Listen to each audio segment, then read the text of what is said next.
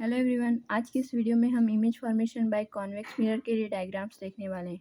रे डायग्राम से हमें पता चलता है कि किसी मिरर पे बनने वाली इमेज का नेचर, साइज या पोजीशन कैसा है। कॉन्वेक्स मिरर के केस में हमें सिर्फ दो ही केसेस पढ़ने हैं। पहला, कोई ऑब्जेक्ट अगर इन्फिनिटी पे रखा हो तो उसकी इमेज कैसी बनेगी, और दूसरा, कोई ऑब्जेक्ट की डिस्टेंस हमें मालूम है यानी वो पोल और इन्फिनिटी के बीच में हो तब उसका रे डायग्राम कैसा होगा। तो चलिए शुरू करते हैं। पहला केस है ऑब्जेक्ट एट इन्फिनिटी, यानी कोई ऑब्जेक्ट इन्फिनिटी पे रखा है, उसकी डिस्टेंस हमें नहीं मालूम है, उसका रे डायग्राम बनाना है हमें।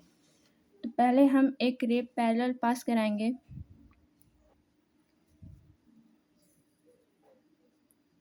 जो रिफ्लेक्शन के बाद डाइवर्ज हो जाएगी, और दूसरी रे हम पोल से पास कराएंगे। तो पोल में जितने एंगल का इंसिडेंट रे होती है उतने ही एंगल की रिफ्लेक्टेड रे भी होती है। तो जब ये रे आएगी, पोल से स्ट्राइक करेगी, तो रिफ्लेक्शन के बाद वो उसी एंगल से वापस लौट जाएगी। फिर जब हम इन दोनों रेस को पीछे लेके जाएंगे तो ये दोनों एक जगह इंटरसेक्ट होंगी, और जहाँ पर वो दोनों रेज आपस में इंटरसेक्ट होंगी वहीं पर इमेज का फॉर्मेशन होगा। तो दोनों इमेज आके फोकस पर मिल रही हैं तो इमेज हमारी फोकस पे बनेगी। तो इमेज फॉर्म्ड एट फोकस।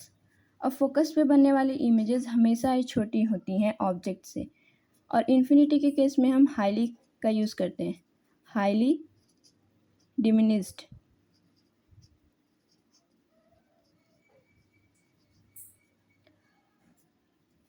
और बनने वाली इमेज का नेचर कैसा है, तो आप देख रहे हैं कि बनने वाली इमेज मिरर के लेफ़्ट साइड में है। तो लेफ़्ट साइड में बनने वाली इमेजेस हमेशा ही वर्चुअल और इरेक्ट होती हैं।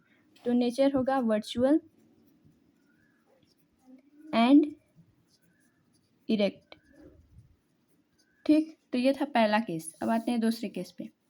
दूसरा केस है कोई ऑब्जेक्ट पोल और इन्फिनिटी के बीच में रखा है। लेट्स से कि ऑब्जेक्ट यहाँ पर है।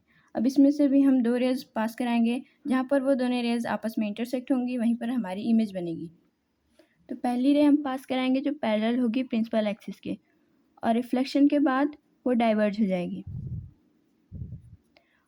और दूसरी रे हम सेंटर से पास कराएंगे। जब भी कोई रे सेंटर की तरफ जाती है तो रिफ्लेक्शन के बाद वो उसी रास्ते वापस लौट जाती है। अब इन दोनों रेस को हम पीछे की तरफ खींचेंगे। ये रे फोकस से आती है और ये सेंटर ऑफ कर्वेचर से। अब आप देख रहे हैं कि दोनों रेज आपस में इंटरसेक्ट हो रही हैं पोल और फोकस के बीच में। तो बनने वाली इमेज पोल और फोकस के बीच में बनेगी। तो image formed between pole and focus. और इन दोनों के बीच में जो इमेज होगी वो छोटी होगी ऑब्जेक्ट से, तो डिमिनिस्ड।